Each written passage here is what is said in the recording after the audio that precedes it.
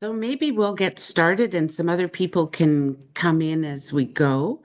Um, we're going to start with about half an hour of some presentations.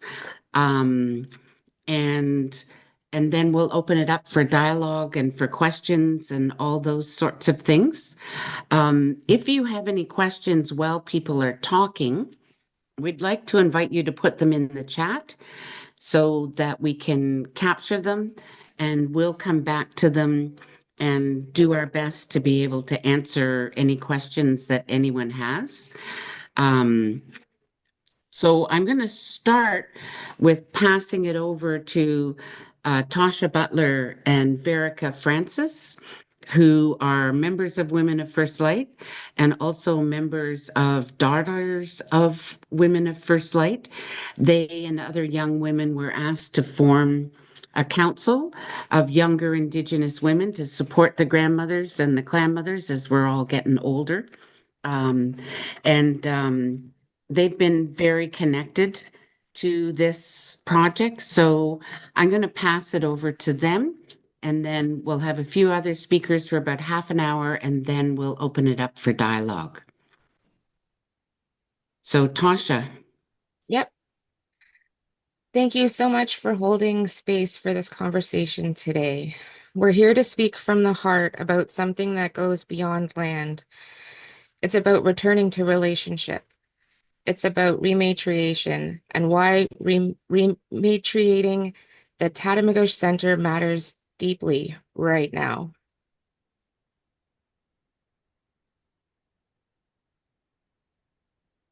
You're on, All right. oh, Can you hear there me? you're on mute. You're on mute. Yeah. All right.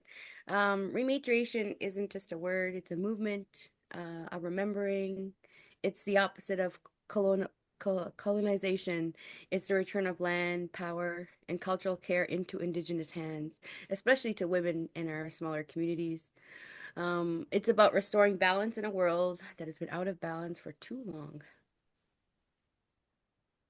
The Tatamagouche Centre sits on unceded Mi'kmaq land homelands. For years, it's been a place where people gather to learn, reflect, and dream. But that dream has always, but that dream has always lived within Indigenous memories, deep in the bones of the land, in the ceremonies that once happened here, and in the ones that still wait to be returned. So this isn't about taking the center away from anybody. Is that where we're at? Yep. Yep. Okay, cool. Um, yeah, so it's not about taking the center away from anybody. It's about bringing it home, essentially. It's shifting it from a place where Indigenous people have been invited for programs to a place where we'll actually lead them, where we can have a place to practice some of our laws and our languages, and our lifeways are actually going to be held central um, within the Tatamagouche Center through rematriation.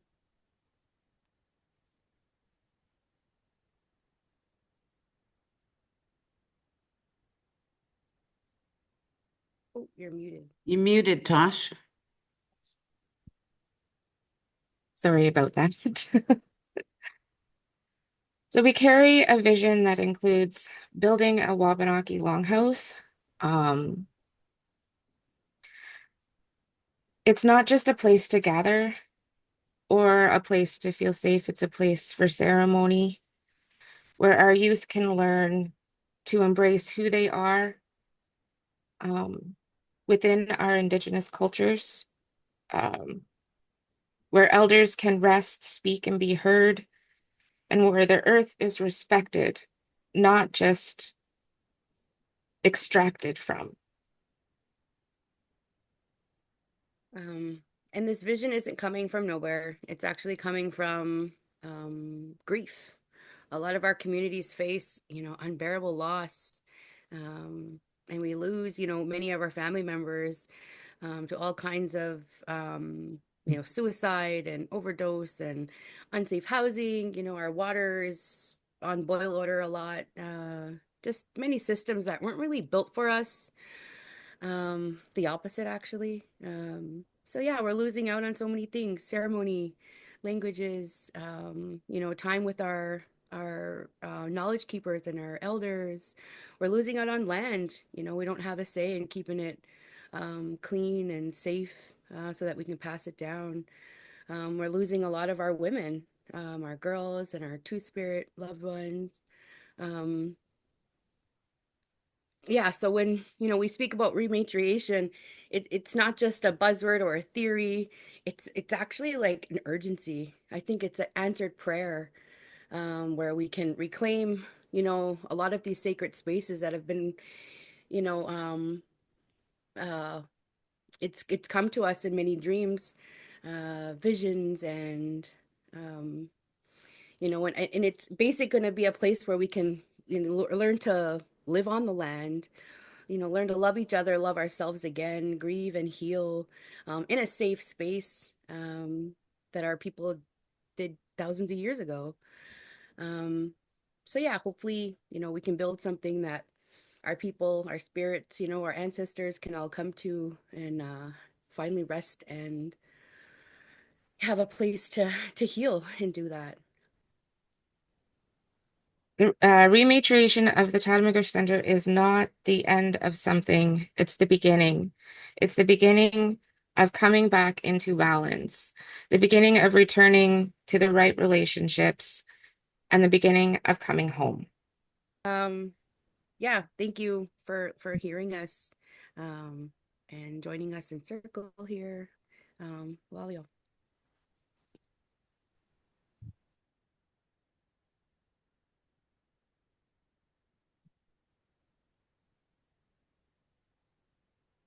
Okay.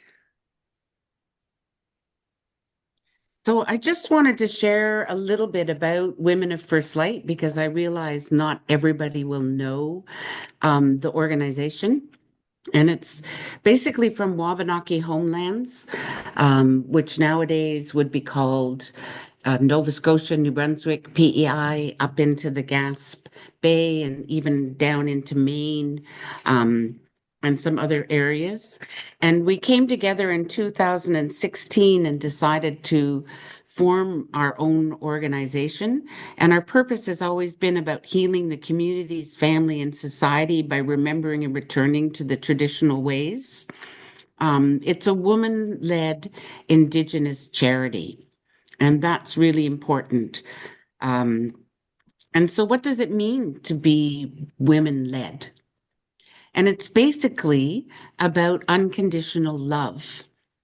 So when we talked about building a longhouse or we talk about returning the land, the grandmothers say it's about everyone coming together to help the grandmothers do what they do best, which is share that unconditional love.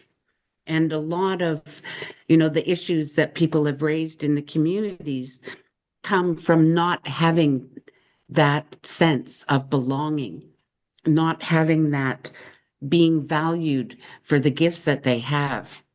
And so we base it on we're all in our own place in our journey. So there's no judgment. Um, we accept people where they are in their life journey and provide healings and gatherings and ceremonies and teachings to help people to be able to continue to move in their journey. Um, and there's been a lot of work that's done. It started in many ways years ago when people first returned to the land 30 years ago here and recognized this land as a sacred place of the Mi'kmaq. And then I think it was 2021, a program resource group meeting was held, to sort of talk about some of the challenges the center had gone through and some of the harm. And some of the people talked about, how that harm would continue to happen because people were saying, well, why, you know, there's so much good work that the center does. Um, and why does sometimes great harm also come out of the center? Um, and so it was felt that the land needs to be returned back to the Mi'kmaq as the sacred place that it is. and then that harm will stop. So we've done a lot of presentations to the United Church, to a lot of different people. We held a 7 generations gathering that brought together the Tatamagouche community, the United Church, Indigenous people, and talked about how this could look and how do we work forward. And we said, let's go back 7 generations and think how people left things for us and think forward 7 generations. We've held public meetings and there's been a lot of webinars and a lot of learning. One important thing was a gathering that was held in 2022, and the grandmothers got so excited about the thought that this sacred land could come back to them. And they also, when they wanted to write to the board, they wanted to fully acknowledge that, they see their Muslim brothers and sisters, they see their African Nova Scotian, the LGBT, Q community, and want it to be a safe place for all people into the future. And also recognize that it has been a very sacred place for the United Church. And there's been a lot of people who first felt accepted when they came to a United Church gathering here 50 years ago. And so wanting to honor that gifts that the land gives to people, and being able to continue to do that, but that it would come under the stewardship of the grandmothers through Women of First Light. So where we are now is there's been a number of things moving forward. We've met with lots of different groups. We work towards putting a transition team, which is the idea that came out of the 2022 gathering. And that team includes Wapna'kikewi'skwaq, working on behalf of Women of First Light, the Tatamagouche Centre, and the United Church, and has different parts of the United Church. So the Property Committee, Faith, who is head of the Atlantic region. We've started working on an MOU, on coming to an agreement on an MOU.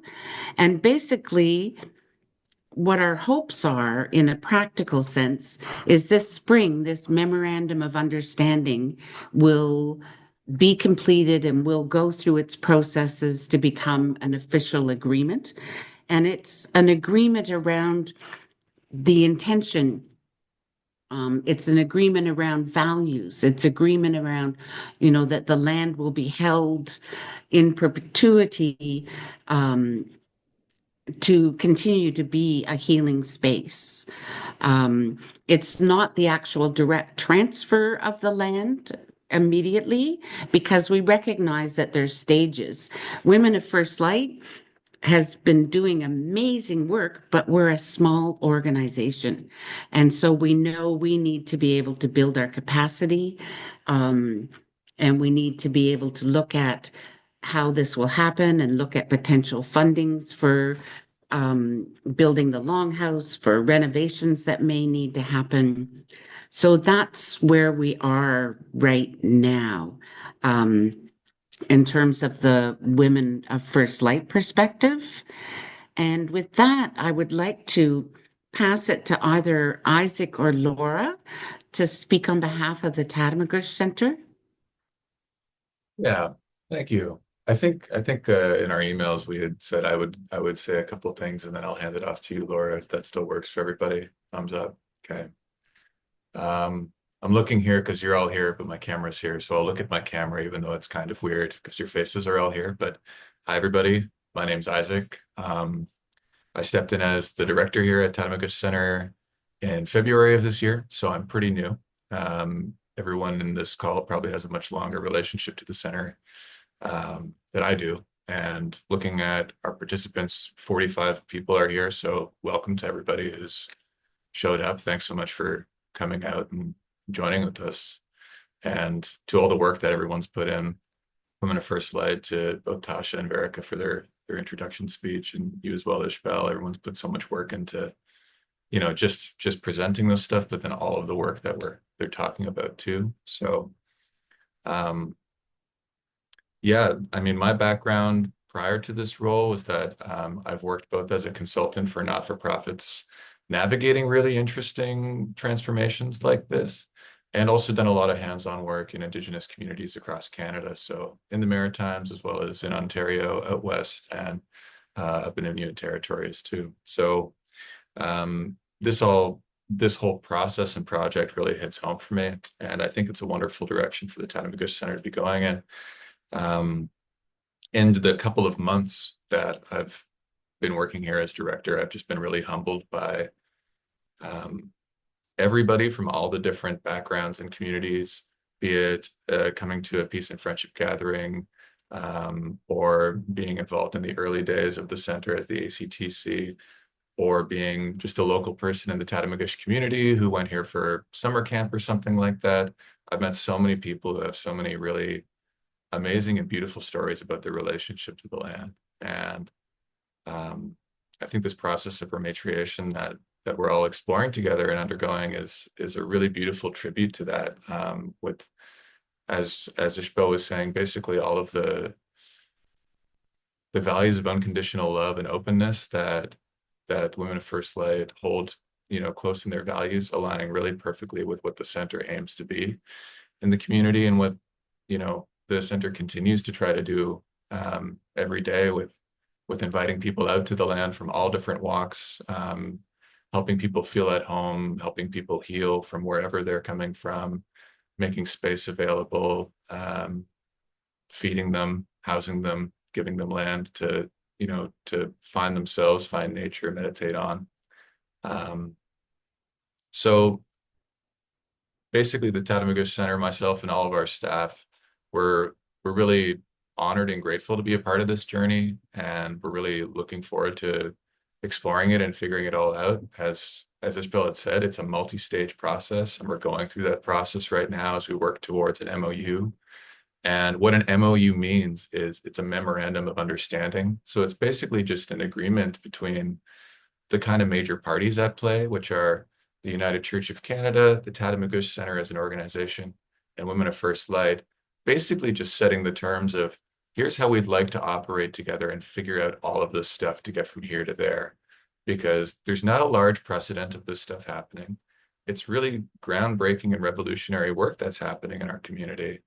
And what that means is that we all kind of get to be, explorers for the first time. And how do we do this?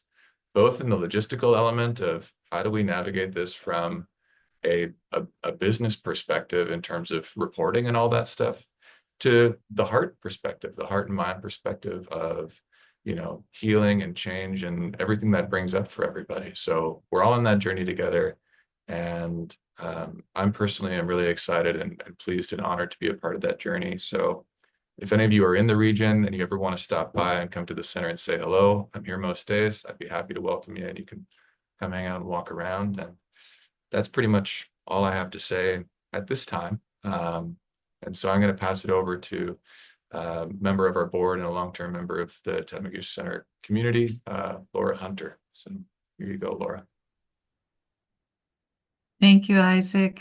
I am so grateful to be here and to see many familiar names, and also new names and folks I look forward to having the chance to meet sometime. As mentioned, I'm currently a board member, but I've had many hats at Tatamagouche Centre, and I was trying to think. I think I first walked into the center in the fall of 1994. And you don't need to hear the whole story, but along the way, I became really, I remember there was a time in the early days of attending a program at the center that I just came away thinking, man, if more people thought like this, we could change the world, and so that's kind of a spirit that has woven through all my time at the center. And I do feel like the center has been a place of change. I am a minister in the United Church, so I have a perspective of kind of, I was not when I went to the center, but actually because of the center, I kind of ended up in that direction. And just to clarify, I'm not working currently in a ministry in the church, but in a nonprofit outside of church at the moment. So they made a mistake maybe asking me to speak on history. It's we, to take 5 minutes is really hard. So I'll speak to just a little bit of the history as I recall it. And there's so much, it's so rich in the last, well, 2000, since 1999, 2000 is when I became involved in Indigenous matters relations through the center. And so I'll try to very succinctly talk about that and the connection to the United Church. And please forgive anything that I'm going to skim over or overlook.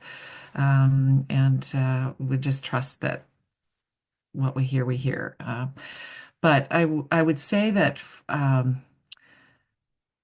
the the the the the time that the United Church, that the center has, that the land at Tatamagouche Centre has been in the hands of the United Church, or the United Church has been a steward of that land, is very short, of course, in comparison to Mi'kmaq folks and Indigenous partners that have come together there over the years.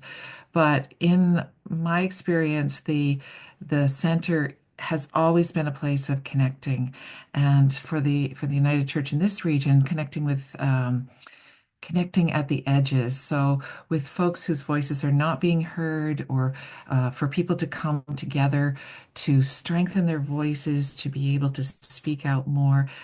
That is the connection and the work that filled my heart for many years, working in social justice circles within the United Church. Um, it was that history of like there's a history of encourage. Oh, if I get into history, we're going to be too long, so I'm going to try to keep it short. I'll just speak to around 1999 in the church. Just the context for church folks was that it was very soon after the second apology. The United Church has a history of a couple of apologies. The second one was where we got down to business and really were more specific about our own complicity in harms um, through residential schools. And a lot of United Church involvement in residential schools was in the West. So in the East here, we weren't connecting as much over that, but we wanted to find out, we wanted to ask, how do we become better neighbors? And we looked to the peace and friendship treaties and felt that that was something that most settlers did not know anything about. So a project began, originally called Lenapeaskew'k, the Neighbors Project, and from that, eventually, we came to realize that it needed to be more Indigenous led, and the project needed time together. People needed time together to come to know one another. And so that was out of those connections around the regions, began this annual gathering of 4 days where people would come together, settlers and Indigenous people, and really tough conversations happen in those times as we continue to explore that question of the how we are all treaty people, but what does it mean living into that in this moment in time, and what do relationships look like, and what harms do we need to understand that have happened. Um, um, yeah, there's a whole history around fishing rights, and so that's where we connected around resource rights, human rights issues, and resource issues. And over the years, those were the places where we came together and worked side by side, built friendships and solidarity. Um, from a center's perspective, there was a period of time where that growing relationship was broken, harm was done, pain was experienced, and it was really a scary time, I would say, heartbreaking time, and but beautiful grace through that time of the desire to figure out how do we not not lose the tender ground that we had built in terms of relationship, but how to work through that. And I would say we are still today working through that. I would say that this moment in time where we are exploring this beautiful question of rematriation, or this intention for rematriation, is a result of those relationships, a result of those hard conversations that have been had in so many places. And if I can just put my church hat on for a second and speak to some of the church folks here. We in the United Church embraced a sort of tagline a few years ago of deep spirituality, bold discipleship, and daring justice. And this moment in time, I believe that the center and the work that is happening with Women of First Light is a true call to live into those that sentiment, that call to action. So there's so much more. This is a topic I could talk about for weeks on end, but I wanted to say that it aligns those words to me align with the grandmother's words of trying to live into unconditional love. Like, how do we express unconditional love? And that's the calling. So open to questions about any of that. And like I say, beware, beware. If you ask me, I've got too much history now behind me. So kids would love to share. And again, apologies for all of the many, many pieces that I could not touch on in this short time. But Thank you, Laura. Yeah, it has been a long history with lots of ups and downs and all those sorts of things. And Faith was going to be here to speak from the United Church perspective, and unfortunately has some medical issues and so couldn't. So I want to acknowledge that a couple of things, I think. First of all, I'll go back to really ancient church history. In 1978, an elder that I love, Art Solomon, came to a pipe ceremony we were doing, and he talked about having just come from Sudbury, where the United Church apologized for residential schools back in 1978. And we said, whoa. And he goes, right? And we said, did you accept the apology? And he said, no, I'm going to watch them. And since that time, the church, the United Church, has, in my mind, really looked at what their impact was and worked, acknowledged it, which is huge, acknowledged it by apologizing numerous times, by also setting up funds to support people, survivors of residential schools, and so has been really working on figuring out, how do we walk this in a good way?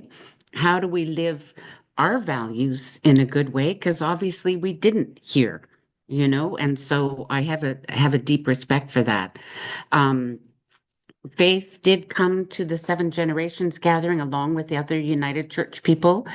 And it's been a bit of a process even for the church to figure out.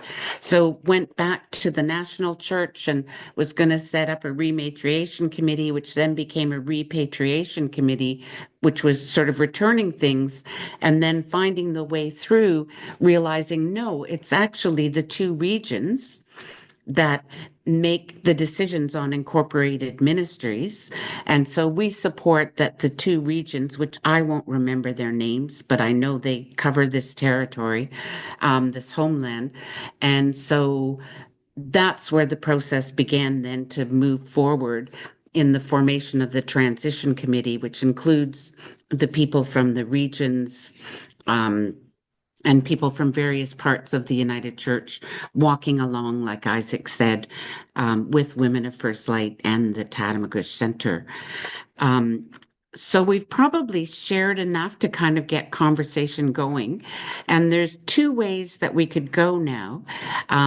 We could either open it up for general questions or comments, or we could break into smaller groups and raise questions there. People could talk about what they're hearing and what they're thinking, any questions that they have, and then come back to the larger group. So since most people have their cameras off, I'm not sure how to make a decision because I can't see heads nodding or thumbs up. So maybe I'll just put it out to, does anyone have a general question now? And then we can break into smaller groups. For Jackie. Hi, Ish. Hi. Hi, everyone. Thanks, folks, for your presentation and for kind of catching us up on where things are at. And it's great to hear from Tasha and Erica about kind of where things are at and seeing also younger people taking and a really important role in this process. And I guess I just first of all wanted to say thank you for taking the time today to bring us all kind of up to speed on kind of some of the things that have been happening. And I think there are folks like I'll speak for myself, but I think here there are folks that are continuing to want to, like myself, who are wanting to support this process. It's great that the MOU is moving forward, and that seems like an important kind of step in terms of taking next steps. And I guess I just wanted to put out there that I remain really committed to this process and would love to continue to support folks in whatever ways that may be helpful, whether that's just being here in the background and encouraging you from a distance, or if there's other types of roles that you see folks taking, either now or in the future. I just wanted to put that out there that I remain really committed to this work and especially this process, and have a lot of hope of what this will and is looking like now, and how this is taking shape at different moments in time. And so I guess I just want to appreciate the moment that we're in right now, and all the work that has gone into getting, that's constant. It's not just like milestones, but it's like all the work all the time. And I think the ceremonies that have been happening and the gatherings that have been happening have been so have been meaningful and challenging, and I'm sure, and thought-provoking, and also heartwarming, and filling up our filling ourselves up with kind of this love that we have for the land. And so I just wanted more than anything to extend gratitude for the work that is happening, and to all the folks that are continuing to be part of this process. So thank you. Thank you. So I've put that question in the chat because I think small groups talking about how can people support this process may be one of the good questions too, to talk about it. And maybe have some answers for that as well. Is there any other thoughts or questions? So what I'm going to suggest is some of our tech team will split us into smaller groups, and folks can hold discussion on what they've heard, and also talk about any questions that are coming up for you. And I know it's a real wide range of folks, people who've been executive directors at the Tatamagouche Centre and know all the challenges that come with running it, people who've been involved in working for social justice for Indigenous people and all those types of things, and different groups that have used this center. And even, Breaking the Silence, which has been a partner with the center for a long time. So I'm going to invite Erica and Nancy to split us up into groups Do any of you have any idea how long you want to give for the conversation? I'm thinking at least 10 to 20 minutes. I'm not sure what feels comfortable, and then we can come back and talk about the questions as a fuller group. All right.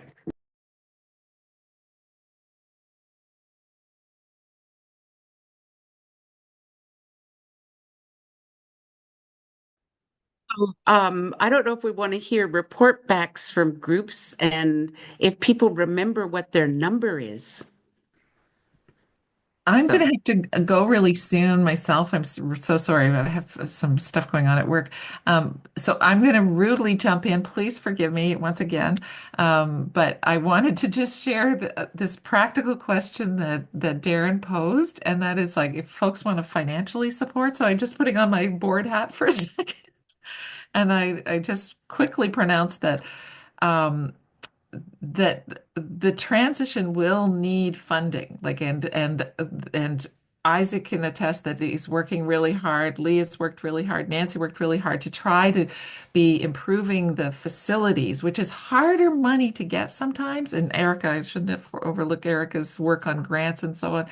But so if anyone else is asking that question, or you hear of anyone asking that question, my suggestion is talk, that the center can easily and quickly set up a fund that can receive that and receipt people if they need it. But I would also say that for other organizations that you might be connected to who are interested in land back but might not have that opportunity, like might be looking for words or opportunities, that you could direct them to the center and say, in your transaction of your properties, if you want to consider if you want to take an action, that this is a project that's happening, and that that would be super helpful to the whole, like to the launch of things, like getting to a place. So that's just my little pitch before I have to go. I thought it was only appropriate that I jump in and talk about finances.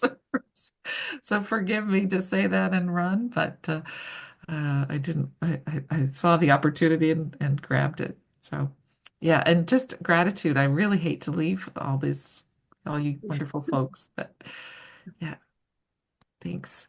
Thank you, Laura. And just to say, there is a couple of different ways to financially support that. So the center has set up like a rematriation fund, which I think has roughly something like $2,000 in it now at this point in time.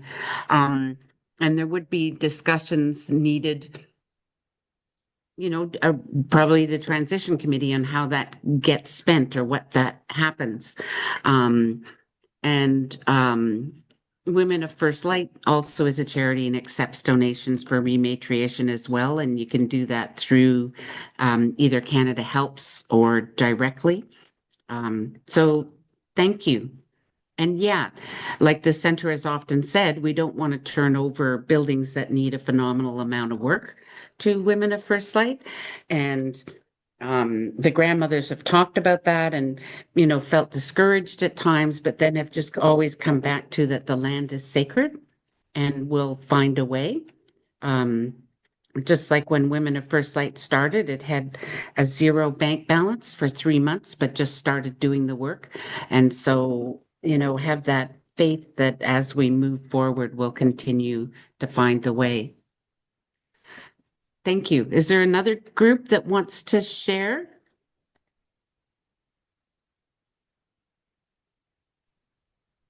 Ish, I could group 3. Can you hear me? Sure, go ahead. Yep.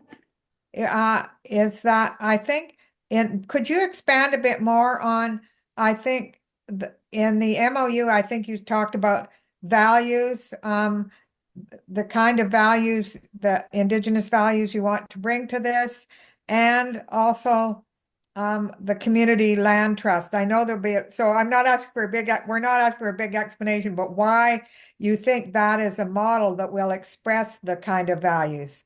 Just a short, because I know there's a bigger webinar coming on that whole topic, but this could be the short answer.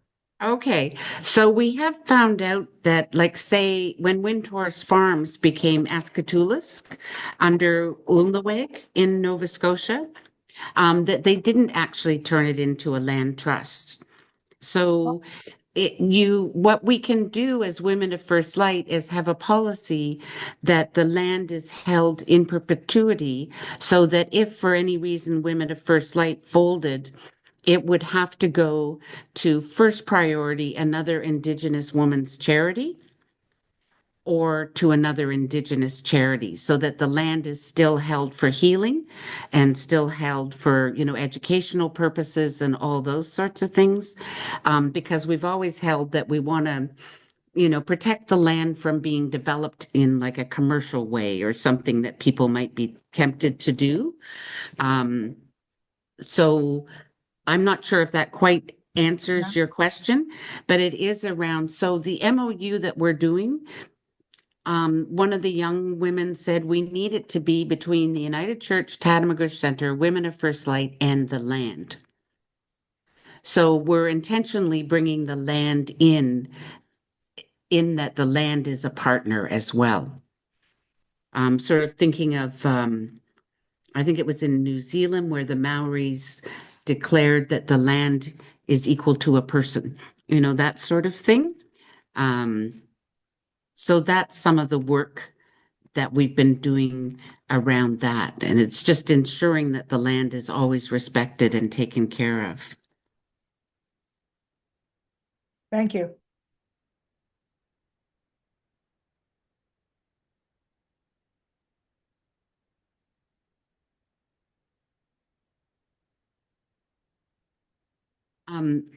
Okay, anyone else or another group that wants to raise a question?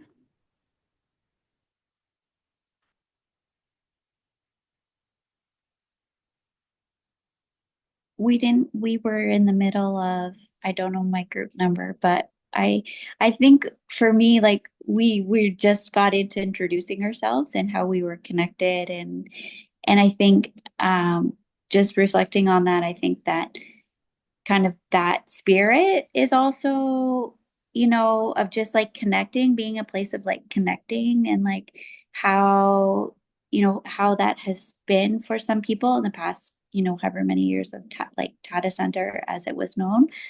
And also in this phase of transition, how that continues to be a place of like calling and of healing and of belonging. And I think that spirit, I'm hopeful like that spirit continues, that you feel that as this process continues of like being a place, like even today, just like having this community of people, even if it's a short period of time, where people can still feel like connected, in order to better support. Like I think that's just like an outcome for me from today of this like short period of time we've had together, has been how important it is to just like stay connected, so that folks can support, whether, like I was saying before, whether it's like, people talk about financially, but or other ways, or just knowing that you are supported, so that you can continue, Women of First Light can continue to do the work. So that was kind of for me what I took out of our short period of time together. Thank you. And so one question that came in the chat, that came out of one group, and I think it was talking about the Seven Generations gathering and how at one point we split and the United Church folks were in the sanctuary talking about how do we move this forward, and the Indigenous folks were in the common room having ceremony. And so it was around how do we work on our relations with so much difference in a good way. And so I'm going to try and answer that. And I think it is around kind of what Jackie touched on, coming together and learning from each other. And so part of it has been around having the courage to speak when something comes up that may be offensive to one side or the other side. And so that certainly happened on the last transition call. And I found myself having to go, oh, Ish, you've got to speak up, or you're going to walk away angry. So it's making a commitment to myself to never walk away miffed, but to raise whatever it is that's there. And we did work through it in a good way. And I truly appreciated that. So that's sort of a short answer, but it's around, continuing to build relations and understandings with each other. And I've seen Wayne has his hands up, so I'm going to pass it to Wayne. Yes, thanks, Ishbel. Everybody, can you hear me? Yeah, okay, great. Yeah, I just this isn't coming from our group, but it's kind of inspired in a way from our group. I was in group 6, and we're getting into it as well, as Jackie says, in terms of perhaps becoming more comfortable with raising questions. But when it would either you or we're talking about turning over.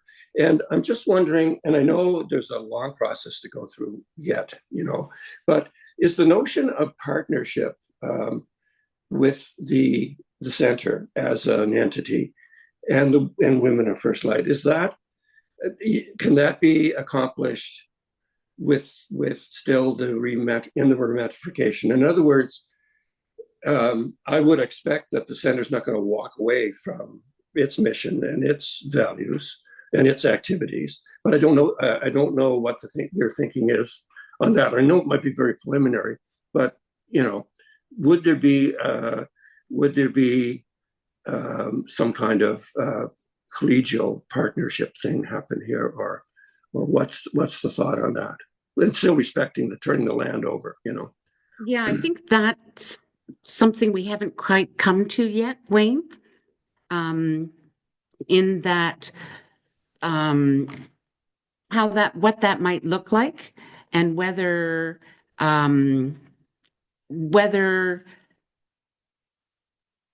yeah, so we haven't really come quite there yet in terms of we've made it very clear that, to the staff that it's not like, oh, you're all going to be out, because that's just not realistic. We value the staff. And like Kathy Jerwa says, the staff is our family at the Tatamagouche Centre. And, we appreciate that, and we see all the work and the care that goes into there. I think part of it is probably conversations with the Tatamagouche board itself as to whether it wants to continue. So, because it is around figuring that out as we go. And I always think of it as sort of like we're like miners with their headlight on, and we're walking so far, but we don't know exactly what the future is going to look like, because we know that there is really important programs that the center does as well. And so, I mean, Aspire has been fundamental to so many different groups. Dialogue for Peaceful Change is still continuing. We know that we want the peace and friendship gatherings to continue. So yeah, we haven't quite gotten to that point yet of sort of saying, okay, what might this look like? And how would that work? How would, yeah, we just haven't quite gotten there in terms of the practicalities of, okay, how does the center create programs within this framework, or what does that look like? Karen, any thoughts that you might have?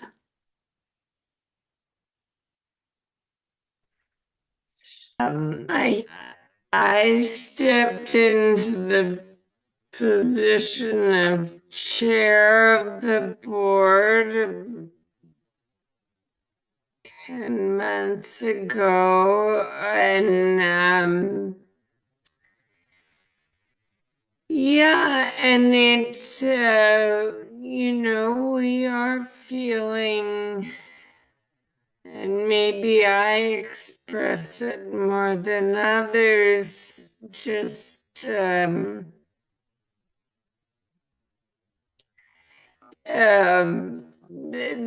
financing of trying to keep the existing stream of programming going and the work maintenance of the buildings as we try to work out whether that takes the form of a partnership for a while or what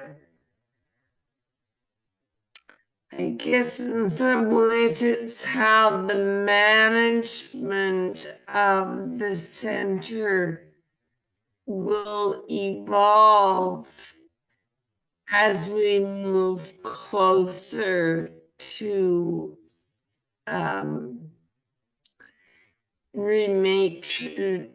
complete rematriation. So I maybe just to say that I think this is the most, I don't know,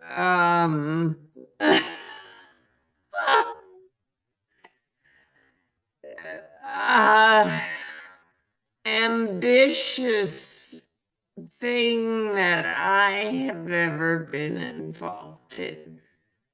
And it takes I feel like I am really learning a lot about holding a view and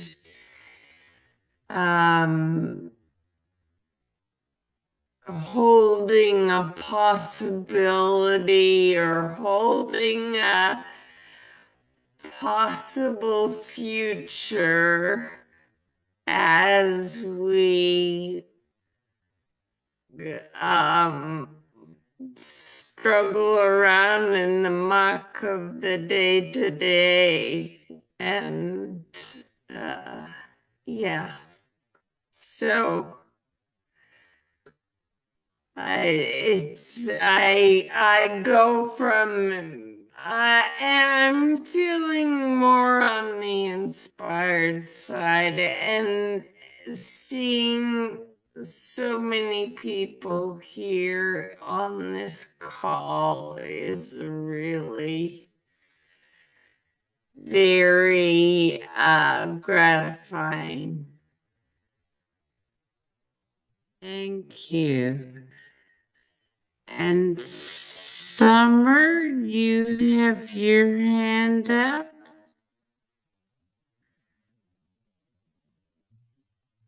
Yep. Hi. I didn't introduce myself to everybody, but my name is Summer Raven Solace, and I'm Wapna'kikewi'skwaq and a Mi'kmaq woman from Village First Nations. First Nation.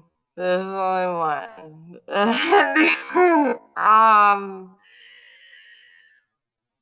So I work primarily as a community engagement coordinator. Or no, I just transitioned out of that role. I'm a environmental projects coordinator, but this makes sense why I would slip that because I do a lot of engagement. And I just have a couple questions, I guess. I'm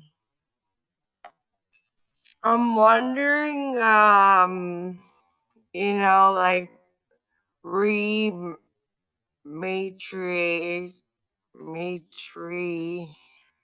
that's a hard word to say. Matriarchation. Anyway, I'm wondering, like, are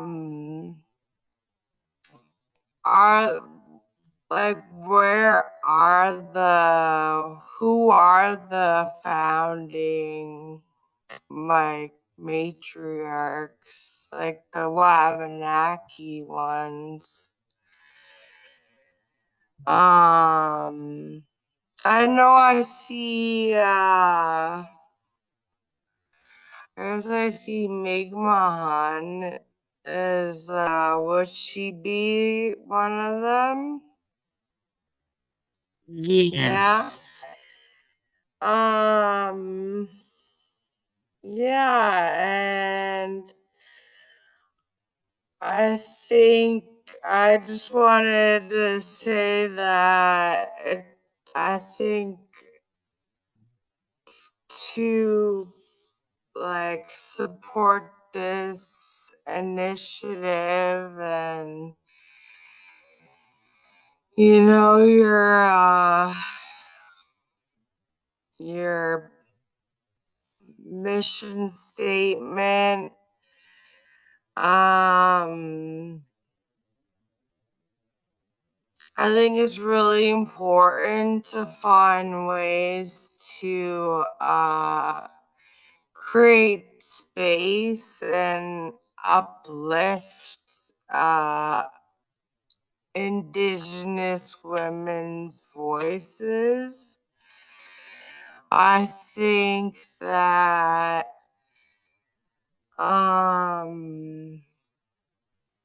like, coming up with meaningful questions would go a long way.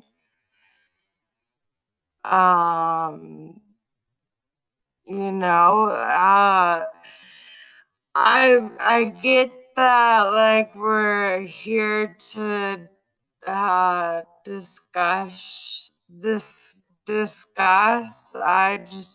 I think that maybe some prompts would be really helpful.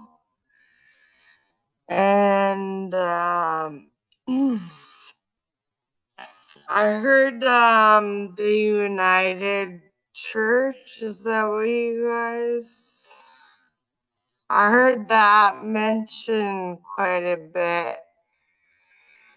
And I heard Olnewig. I don't know. Like, I don't think I heard, like, any of the community names. Unless I'm wrong, I was kind of running around a little bit.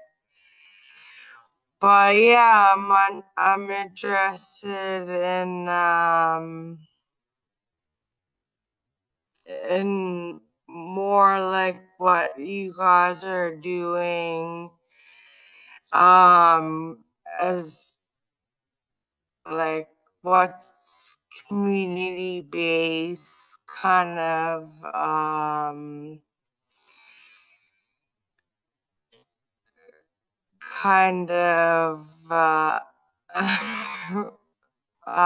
initiatives that you guys have. And are you going right into the communities to have meaningful engagement? And for me, meaningful engagement means like volunteering, showing up. It's not always just standing behind a table with like flyers or anything.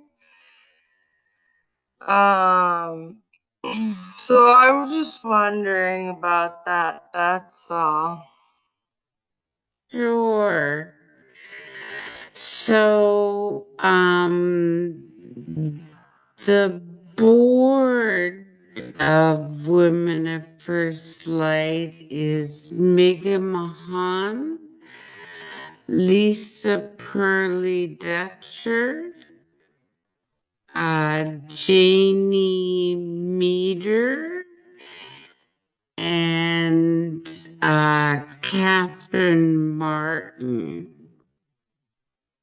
And the membership comes from lots of different communities, and people get involved in different times, and then they might get busy.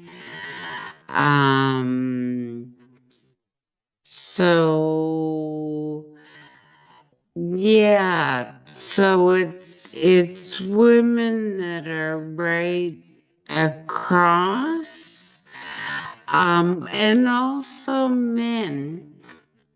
So, we've done a lot of work with Ron Tremblay and different folks, and we do work in the communities, both in the communities and gatherings that we've held at the center, and we've moved them around. So up in Mi'kma'kiw'skwaq's community, we did quite a bit of land-based work and held gatherings with ceremonies there. Also starting community gardens, so we've supported a community garden there and one in Wapna'kikewi'skwaq, with Judy Gugu and Joe Gugu, and work with them a fair amount as well around different teachings. We held a 7-day moose hide smoking camp in Fredericton on land that belongs to St. Mary's, and set up teepees, and we had speakers from I think 4 or it might have been 5 different languages. So people were learning how to smoke moose hides, because people were saying we know how to tan them to make them into drugs, how to smoke them for to make them into clothing and that sort of thing. So yeah, we've done a lot of workshops in different places: Millbrook, Wakaba, Wamachuk, Burnt Church, different areas. And so it's a mixture of kind of trying to get out into the communities. And we have folks that are in a lot of the different communities that have been involved, like Glenda. And then people are doing different things that are involved. There's also an online Zoom thing with the young Indigenous women, and then an online Zoom thing for Indigenous women that people come in from all over the place. Yeah. Yeah, I just another like follow-up question, I guess. So these are Indigenous-led kind of programs that you're in workshops. I'm wondering, like, how are you getting like, how are you asking the communities what they would like to see in those workshops or programs? Like, how do they want to engage? Or like, I'm wondering what your tactics are in that way, I guess. And also, I wanted to say that I would love to work with you guys to bring some stuff around here in Village and like Walamukdug and Sudansis and Madawaski. And also, I always forget one. Oh yeah, Woodstock. And but yeah, so that's exciting. Women of the First Light, that's so beautiful. And yeah, just to go back to my question, I'm just wondering So, how yeah, sure. yeah. So it's mostly from the outreach that we do and hearing from people. So we'll get together and talk, and it may be on like the Indigenous Women's Leadership Zoom call, and we're hearing, oh my God, people are really struggling with this right now, or this is really coming up. And so we respond to that, and sometimes it takes a while to be able to get it together.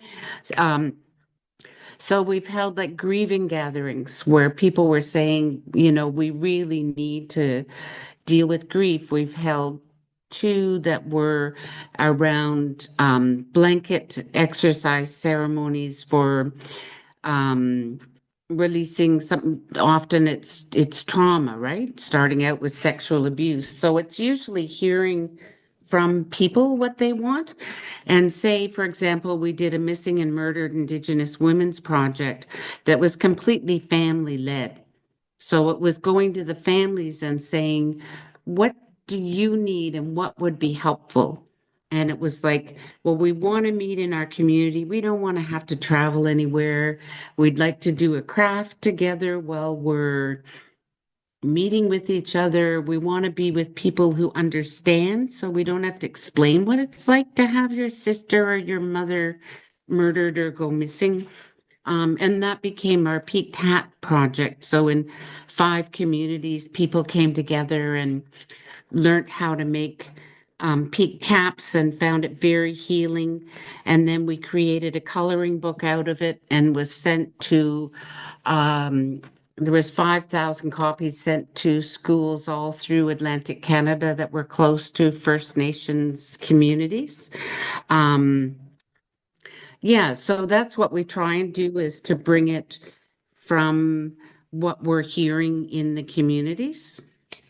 We also, if you don't mind my jumping in, Yeah, were thank you. invited by a Mi'kmaq community in Conn River, Newfoundland, and Kathy Martin and I traveled over there and provided the ceremonies that they were specifically requesting. And we're hoping that they will be able to join us at the center for some of our programming too. Nice. Jim, did you have a question for? I had more of a comment, I guess, listening to Karen and the board. I served on the board at Tatamagouche for 6 years. And I would say if you weren't concerned about the financial situation, you shouldn't be on the board. I think we spent years, rebuilding it.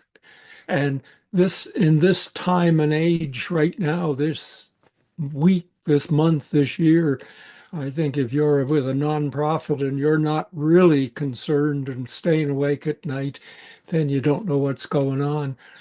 But I think just a reflection from my 6 years on the board, I don't think there was ever a meeting I went to that we didn't, in a positive way, say, how can we send this land forward with the Mi'kmaq community? I think everybody on the board at that time was very positive about it. And I still bear that feeling. And so I think it's such a great idea. I'm not sure, have no idea, and thank goodness I have no idea how to do it. Hopefully somebody does. Hope Ishmael has an idea of how to do it. But I really appreciate the opportunity of being able to listen to you folks. So thanks very much, and good luck to you, Karen. It's a great organization. Honestly, Ishbel, my question has been like Myrna and I back in 1969, 70 had the privilege of working on Lennox Island. And we weren't there too many days when we realized, hey, we were part of the problem here. And the last 40 plus years, every time I have gone, been asked or been involved in it, that's still my question. I'm part of the problem. How can I Mm. help? And I am so grateful that you folks have stepped up. My question is, why are you so foolish to want to inherit this property which is going to cost you money to maintain? I mean, this is in the back of my mind. I know you don't want to have a big bill for maintenance, but boy, it's going to cost money to look after this. And is that the best place? It's not my position to say what you do with your money, but I don't understand. I'm so glad that you're going to do it because I love Tatamagouche Centre, you know. So I'm very selfish that way. Anyway, I better shut up. No, Thank I you. get that. And it is a daunting task, as somebody who also worked as a staff person at the center, I do know that reality. And so, Women at First Light did go through a point of, well, do we can we handle this responsibility? We're a small charity. Um, and so it has been weighed out. And yeah, we think that there is probably more funding for upgrading buildings as an Indigenous organization than as the Tatamagouche Centre. So that makes us hopeful. Um, we also have connected with other Indigenous land trusts and looked at things that they've done. And whenever we start to feel like, oh my gosh, this is way, way too much, we just think about the sacredness of the land. And we think about even if it's putting some tents and teepees up on the land, um, that's what we're going to do. I mean, we started Women at First Light with zero money and yet have been able to accomplish a lot. And so, yeah, and there is real worries about the capacity, and Erica has reminds us we need to build our own capacity in order to be able to do this. Because frankly, the grandmothers don't want to hear about and make decisions on building repairs. They just want to be able to hold ceremonies, give love, be able to pass on teachings. And so that's where I think it does come from younger ones, and we're putting a lot on Erica, Tosh, and Verica to do to come up and start to take some of that work of how that will happen. And so they have been having discussions around how do we make this happen, and they've been researching potential sources of funding for looking after buildings. They've been as a weird fundraiser. So it is a real challenge, and that's why I think the MOU is written so that we know it's going to be a time period. In my mind, I'm thinking maybe 3 years before, but I don't know. But it is around being able to build that capacity and learning more, and hopefully being able to do some of the upgrades that need to happen. I also think, and maybe I'm naive, but I think there's a lot of people who, like you, Jim, have felt um, we've been part of the problem. How do we help? And so I think, we talked to some women in um, LA who started some land trusts there. And they did this innovative thing where it was sort of like, okay, you've been living on our land for hundreds of years. How about you pay a yearly tax to us? Because, and so they donate to support, and they've taken this land that has cars all shot up because it's all gang ridden, and they're turning it into sacred spaces. So, like someone said in the chat, if anybody can do it, it's women, and if anybody can do it, it's Indigenous women, because I might cry, but Indigenous communities would not be here now if it was not for the strength of Indigenous women.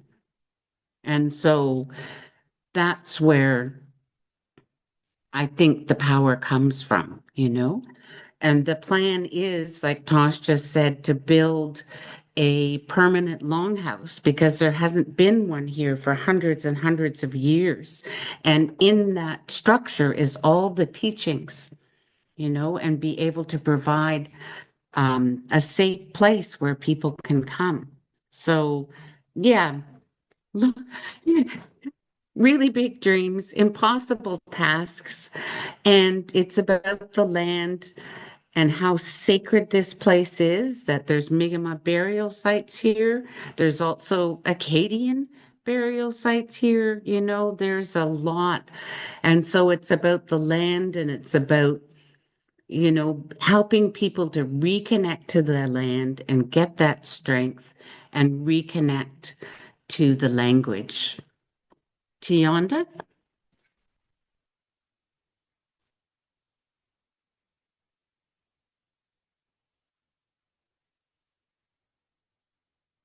You had your hand Hi. up. Yes, Oh, I'm awesome. sorry.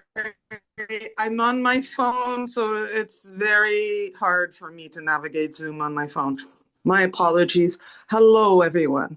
And thank you, Ish and Tosh and Erica and Verica for holding this space.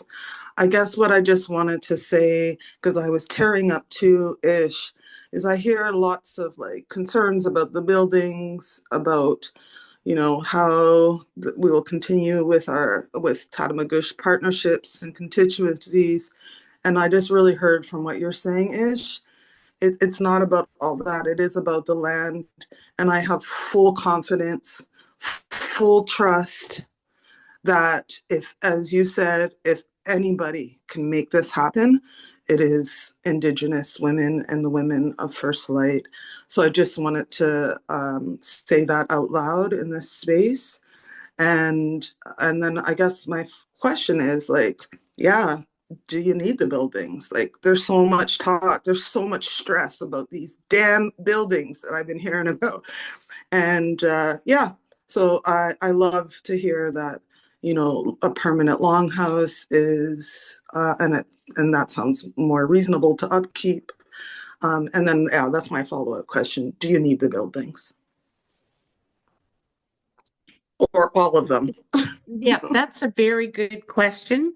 And I'm also aware that tearing a building down is very expensive. So do you just let it fall into the ground? But I know the younger ones have a plan to build a longhouse and then a village around the longhouse that would be sort of little one room or couple of rooms of shape sort of similar to a longhouse so that there's accommodations close by for elders and whatever. So there's lots of dreams of what it might look like. And I know some people have also had dreams about the main building looking different. Kathy Martin had that dream. Tosh had that vision. So yeah. And what we always come back to is asking for the help of the ancestors. The ones who have gone before, who are buried here, the ones who walked here, the ones who prayed here, the ones who were in our circle and have now passed on. Thinking of Sarah from Pictou Landing, Rose, ones that were in our circle in 2016. We're asking for their help and really feel supported by the ancestors. And whenever we do ceremonies here for the ancestors, really feel their joy in what's going on. And I'll pass it to Isaac, and we're pretty near out of our time, so don't want to keep us too much longer. Isaac? Yeah, thank you, Ishbel. And I won't take long, but I just, Jim was saying if you're not involved in an organization like this today, you're not staying up at night. So my job is to basically be awake every day at 2 a.m. to, because right now the buildings, as the director of this place, this is what I work with on a daily basis, right? These buildings and the staff are in my care. And it's such a tendency of the mind to look for problems and to see these problems as insurmountable. But how often are we proven wrong, right? Because we draw conclusions really quickly and then we don't necessarily see a way. One of the most inspiring experiences I've had in my life was I briefly worked with the Indigenous Institutes Consortium in all throughout Ontario. And these were groups a lot like Women of First Light who started very small, very grassroots, who wanted to establish schools in their remote communities, and they did. And over, periods of 10, 15, 25, 30 years grew to be really sizable institutions or take on, big aging buildings like this and managed to do the work to retrofit them, to make them work for the communities for long periods of time. So basically, the question surrounding buildings is whenever we're coming to that question, it's a very obvious place for our mind to go because it is a real area of concern. And it is just really important to look at that and go, right, well, this is material that we can work with and we can be creative with, right? And yeah, so I really encourage myself. This is what I tell myself at 2 a.m, but also what I tell everyone else when we're talking through this stuff is that it is really important to try to bring a sense of possibility and lightness to what can happen to these sorts of things uh, because that's also just as present as a leaky roof or as all of the tangibilities of buildings falling apart as nature is intended. All these things also come from nothing, and they're built up too, and that happens. So it's just very important to remember that all these things can happen. And yeah, I won't take any more time, but just wanted to add that in. Thank you. Yeah. So just want to let folks know that there is another Zoom call that's more aimed towards the United Church of Canada with the Centre for Ethical Land Transitions on April 17th, I believe. And there'll probably be information going out around that as well. But if other folks want to learn in, because it is around how do you do land transfers in a good way where all parties feel honored. So just want to put that out there. And at some point, we'll do another one of these just to connect and keep the conversation going. And thank you, Summer. And Tasha and Verica will be reaching out to you for sure about getting you involved with the Daughters of Women of First Light. So just from my heart, want to say thank you to everyone who has joined. I see a lot of folks that didn't have a chance to talk, but happy to see your names and your faces here. And we'll continue this journey in as good as way possible. So I'll say Umsit Nogama until next time. Walalan.